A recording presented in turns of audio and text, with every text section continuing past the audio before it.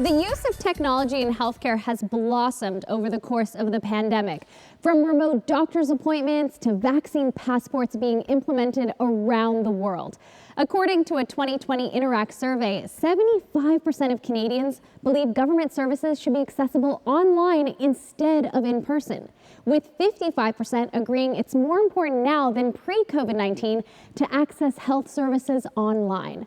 Can digital-first solutions such as digital ID help make the delivery of healthcare faster, less expensive, more secure, and accessible? To help us answer this question, it's my pleasure to introduce our moderator for this next session, Meagan Murdoch, Vice President, Financial and Professional Services, Hill+Knowlton Strategies. Over to you, Meagan. Thanks so much, and thanks for joining us. To introduce our panel today, we have three excellent guests with us. First, we have Neil Butters. He's the Associate Vice President of Digital ID and Innovation at Interac. He has been an innovator and executive in identity and payments industries for over 25 years. Through his leadership and industry knowledge and expertise, Neil has helped Interac to advance its leadership role in the Canadian payments landscape.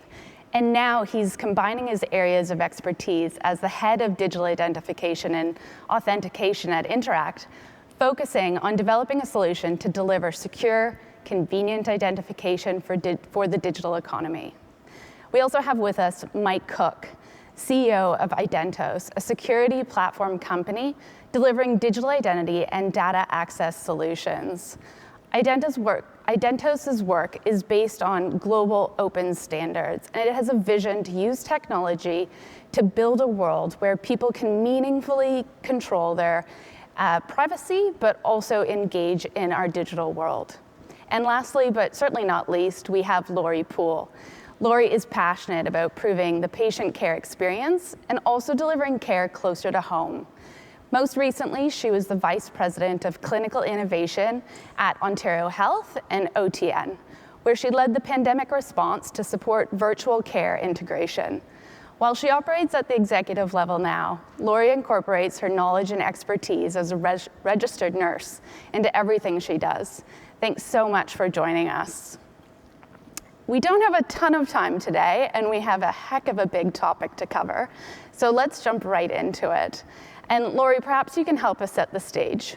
You know, we all saw technology being integrated into every facet of our life during the pandemic.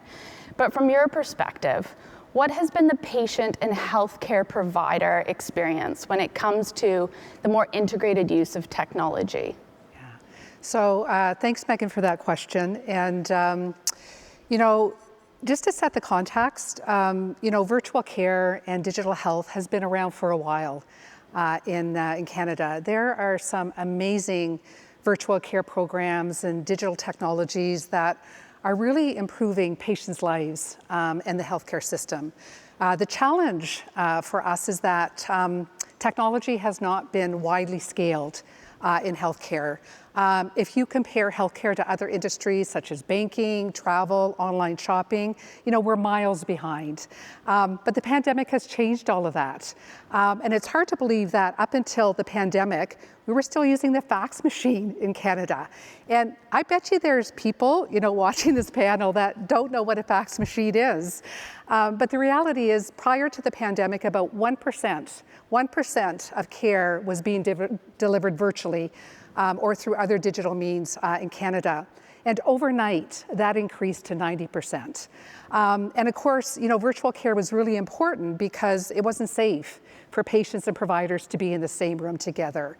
A recent study that just came out actually last week from Canada Health Infoway and the Canadian Medical Association reported that 94% of physicians continue to use virtual care, even though they've gone back into in-person care, and then they plan to continue to integrate it into their practice post-pandemic. But what's even more exciting is that that patients that have had access to virtual care have a 95% satisfaction rate. And that is huge. And most Canadians believe that virtual care saves them time and resources. So while this pandemic has been really, really tough, there is a silver lining, because I don't believe we're going back. We've learned so much in the past 18 months. We've had a few blind spots, but we're in the process of kind of redesigning our healthcare system. Yeah, and there's been so many great ways that technology has been integrated during the pandemic. Mike, from your point of view, what have you seen to maybe what kind of barriers have you seen to some of that integration of digitization in health and wellness? I think this topic is super timely. Like, as we continue to try to strive to meet the demand of citizens, 95% satisfaction with digital services, and we look across the care journey of the average citizen, there's going to be a number of digital services that get turned on. And the more digital services we turn on to address the care paths that all of our citizens will need, we're going to have to turn on some type of form of identification for them. And in the absence of digital identity, we're going to be increasing frustration for users with usernames and passwords, and quite frankly, putting more risk on the system. Yeah, for sure. Let's dig into digital ID. Neil, maybe you could help us kind of orient ourselves as to what are we talking about when we talk about digital ID? What should our audience be thinking about when we talk about this? And maybe you could tell us, what is the role of Interac in the future of digital ID, and how do you see it playing a role in health and wellness of Canadians? Yeah, those are great questions. And when you think about digital ID and the capabilities that are currently existing for people to authenticate themselves, they just don't work. So what Interac is trying to do is create an ecosystem that bridges the public and the private sector to enable end-to-end digital experiences, so that it's much safer, much more secure, and more privacy enabled for citizens to be able to share their privately identifiable information and the associated information that follows with that. And how is Interac playing in there? And what, if you could put it in real terms for our viewers, how would this impact their day-to-day experience? Yeah, another great question. This notion of entering user IDs and passwords and all of the resets that people, because they forget, it should be as simple as tapping a phone, or just things working for them. The safety and the security of their interactions over a network, access to digital services, government services. When you think of today, your health card is physical in nature, doesn't traverse well into the digital world. What Interac wants to do is let's bring that stuff online so that you have power in your hands to be able to interact with a safe and secure environment. Right. I can see how digital ID would really be beneficial across all sectors and industries. But I wonder, is healthcare different? Do we need to think differently about it? Laurie, what do we need to be thinking about from a patient and healthcare provider perspective if we want digital ID to be widely accepted, maybe in terms of trust? And Mike, maybe you can help us out here. What barriers or solutions do you see when it comes to incorporating digital ID into our daily lives, when it comes to demographics, accessibility, equity? Like, is this really for everyone? Maybe Laurie, you can start us off. Yeah. So, I've been really fortunate because I have been, started my career as a nurse and then working in scaling out virtual care. I've really had the opportunity to meet patients, on several different occasions. I've sat beside patients to help them co-design a piece of software to help manage their chronic disease.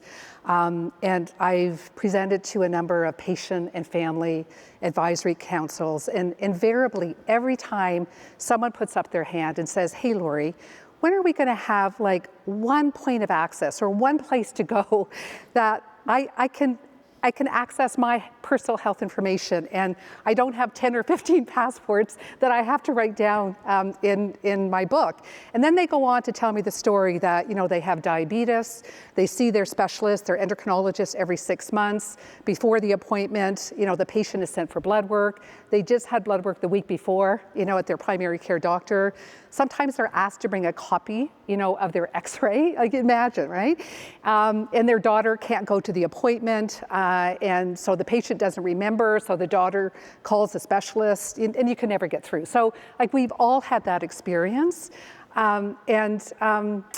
You know, now that I know about IDENTOS, I'm just gonna give them Mike's phone number because usually I try to bumble, you know, like we're working on it, and yes, it's really important. So absolutely, digital identity is a requirement for a modernized healthcare system, right? That is a no-brainer.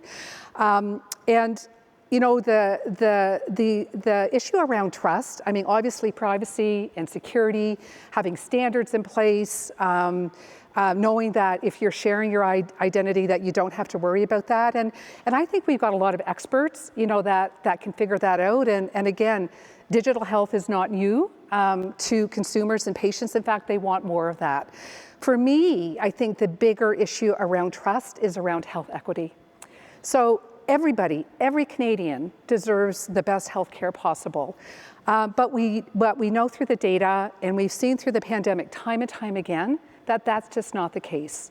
So depending on where you live, depending on your education, if you're Black, Indigenous, a person of color, you have a different healthcare experience.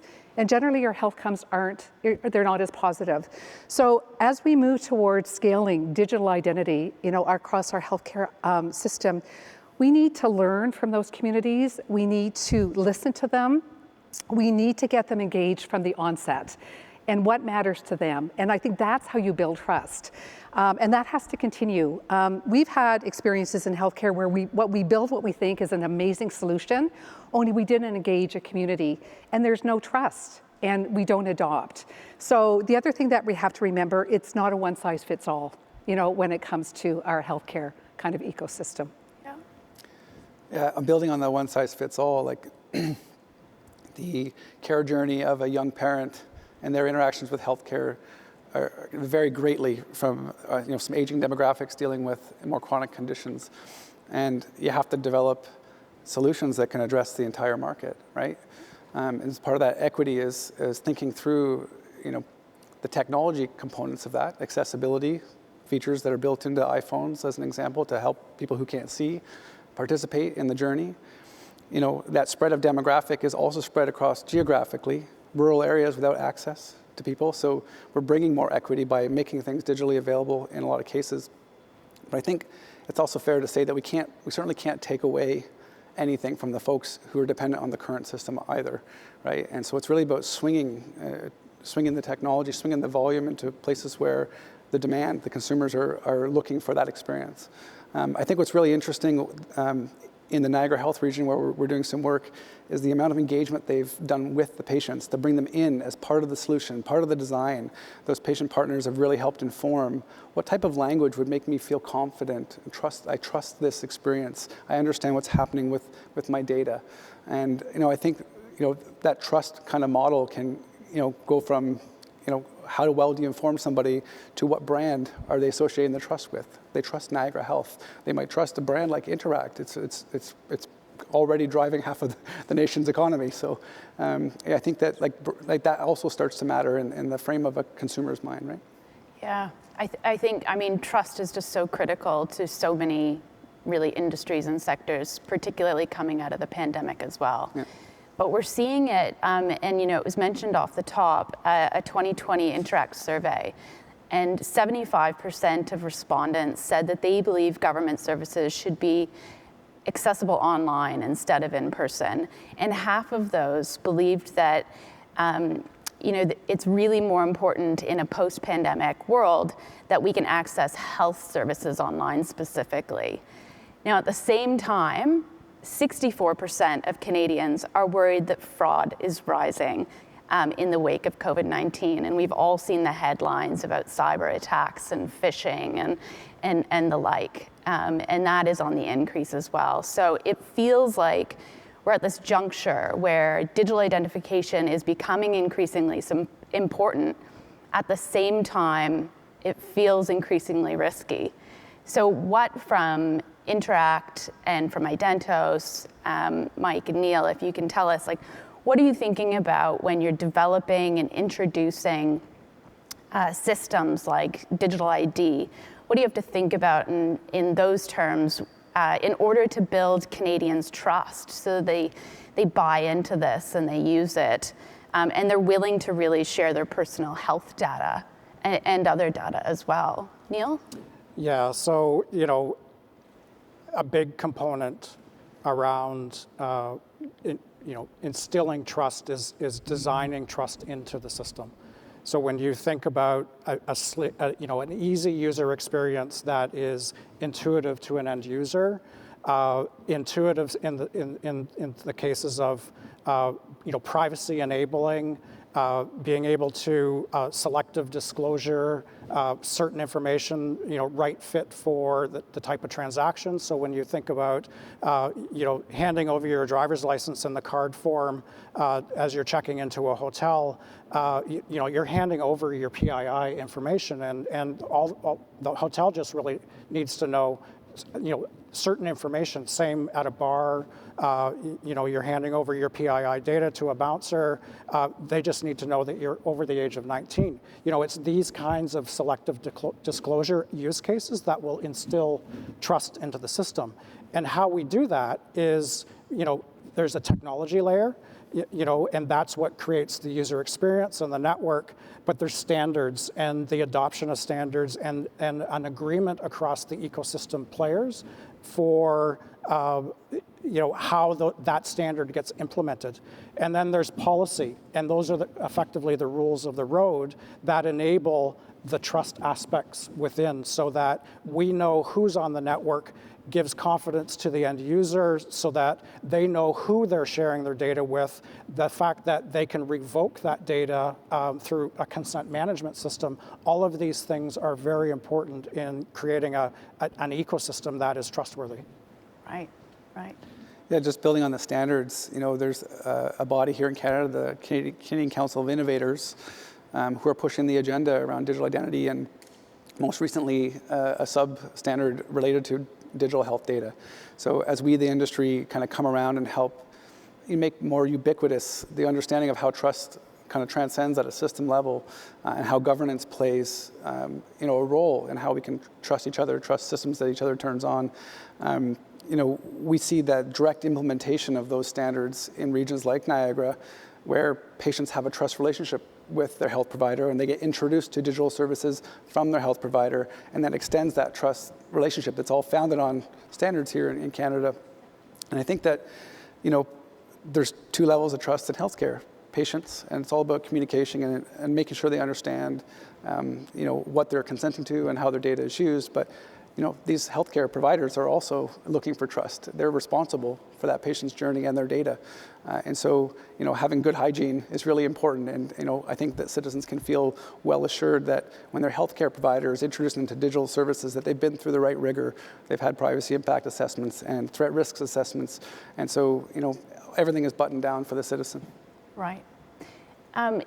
You mentioned standards, and I think today that we're talking about the use of digital ID in health and wellness, you have to think about how complex Canada's health system is, and how it is just so different province to province.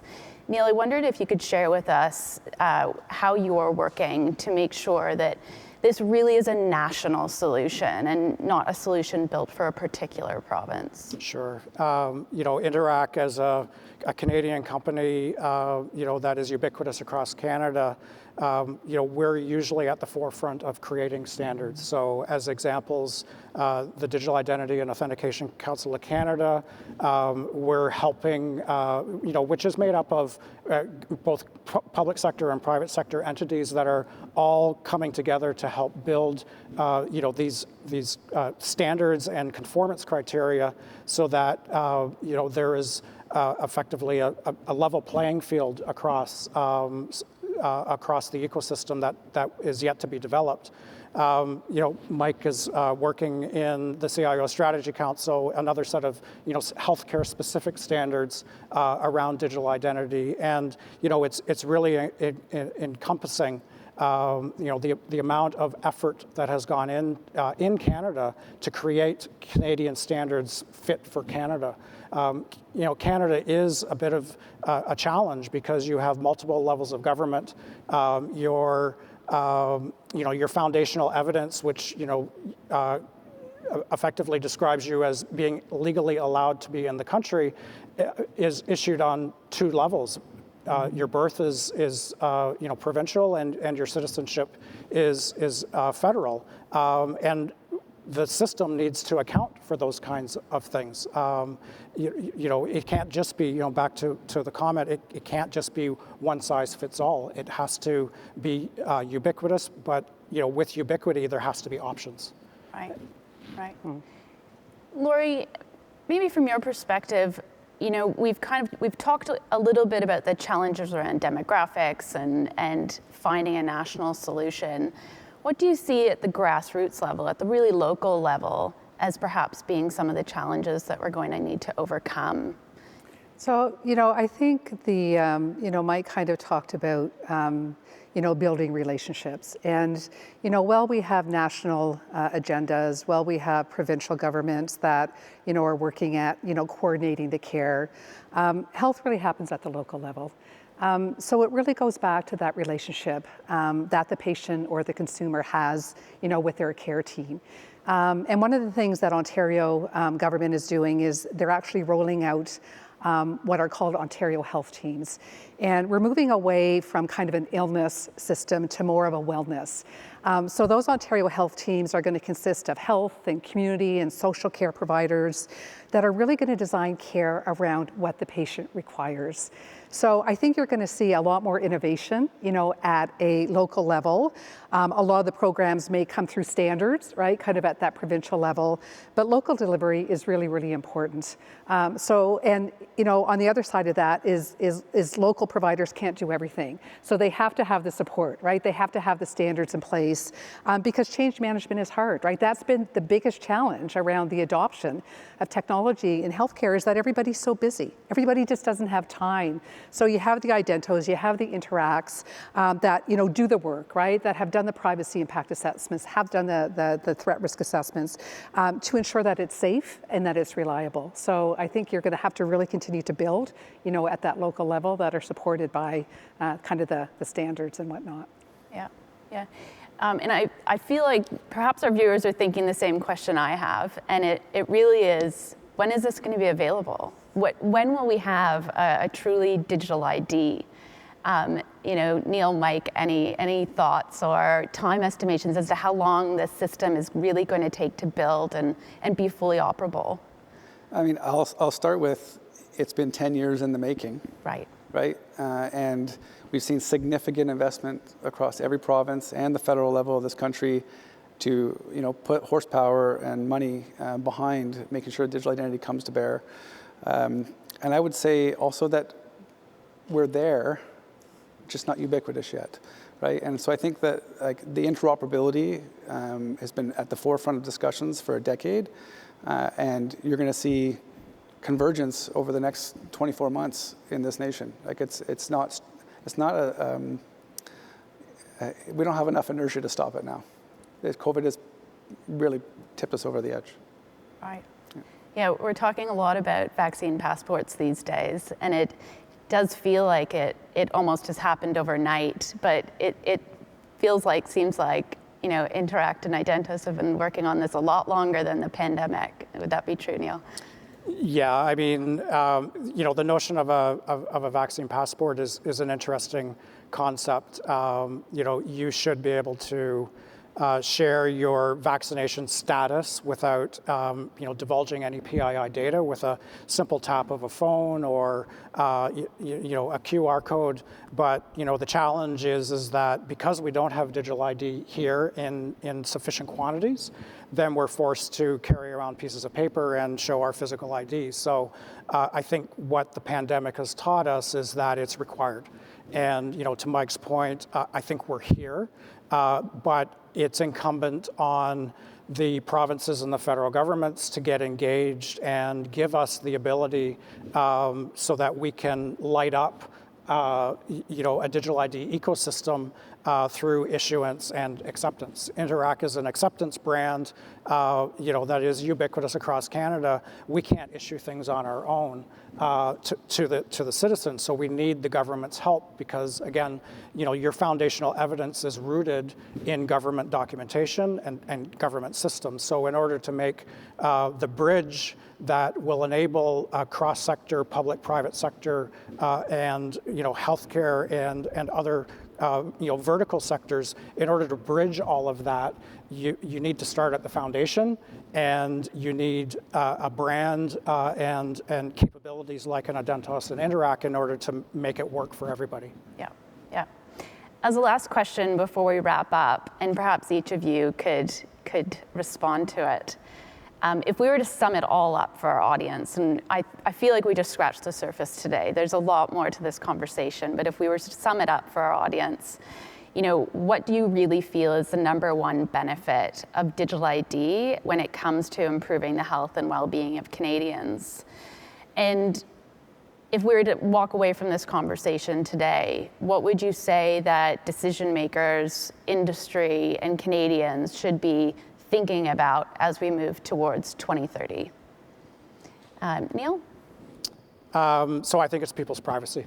I think digital ID has the capability of protecting people's privacy, keeping data inside our borders, so that it isn't subject to things like the Patriot Act and those kinds of things.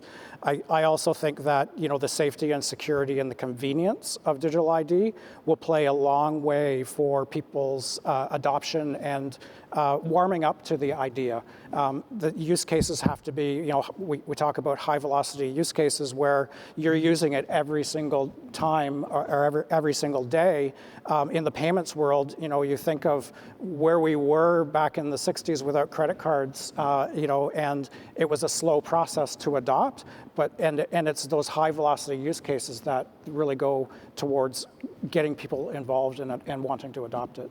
Cool. Laurie? So, I'm always going to look at it from the patient perspective. And studies have shown that patients that have access to their online health information that they can share with their family and with their care provider have measurable improvements in the quality and the management of their chronic disease, right? So we know that it works. And there's this quote that I love, and it's, patient engagement is the blockbuster drug of the 21st century, right? Patient engagement. So a more empowered consumer will have better health outcomes. They'll show up their appointments. They probably live longer. So we have to do this, right? We have to do this. And I think this pandemic is a once-in-a-lifetime opportunity for us to kind of redesign healthcare. And, rather than build back better, let's build back bolder, right? This is an opportunity. So I'm really excited about it. I think the infrastructure is there. I think consumers and patients, coming out of this pandemic are going to demand, right? Better access to their online tools. So, I think the stage has been set. So I think let's get on with it. Great. I couldn't have said that better myself. And I'm going to build on that by saying, vaccine passports, what a novel idea. I can get access to my data when I need it, and I can share it with whom I like, right? Doesn't that sound like something that would be transportable across the healthcare journey of almost every citizen? I cannot get my discharge summary without waiting in line to have a printout at most hospitals, as an example. So, I think that we've shown we can do this. Let's finish the job. Let's empower people. And let's create a journey that they can trust, an experience that will be familiar to them each time they do it, and let's get rocking. I think, to your point around the government and policymakers, this is a significant swing in how we fund our healthcare, and we have a healthcare funding problem. It might need to be solved with funding. We might have to start from funding to solve the healthcare funding problem, because we're simply not equipped right now. And in the healthcare journey today, the funding model doesn't support what we're all embarking on. So, Yeah, I mean, you touch on a really important topic about funding, and certainly coming out of the pandemic, there's been a lot of spending, and that's going to be top of mind for a lot of governments. And if we can find ways to reduce the cost, make healthcare more efficient, I feel like that will be at the top of everyone's minds, looking for those kinds of solutions. Maybe Neil, if I can pass it to you for really any final words on this topic. We've got a minute or so left, but just any last words that you'd want to leave our viewers with today. This is so incredibly important to restarting the digital economy or the economy to better things such as the digital economy. I think it's incredibly important, and I think we, to Mike's point, we got to get going. Awesome, great. Well, I want to thank each of you for being here today and having this really important discussion. Of course, digital ID can be useful in just so many instances, sectors, and industries, but I can't think of one that is more top of mind right now as the health and well-being of Canadians. So I think it was a great conversation for today, and I'm really grateful that you were able to be here to have it. Thanks, Meagan. Thank you.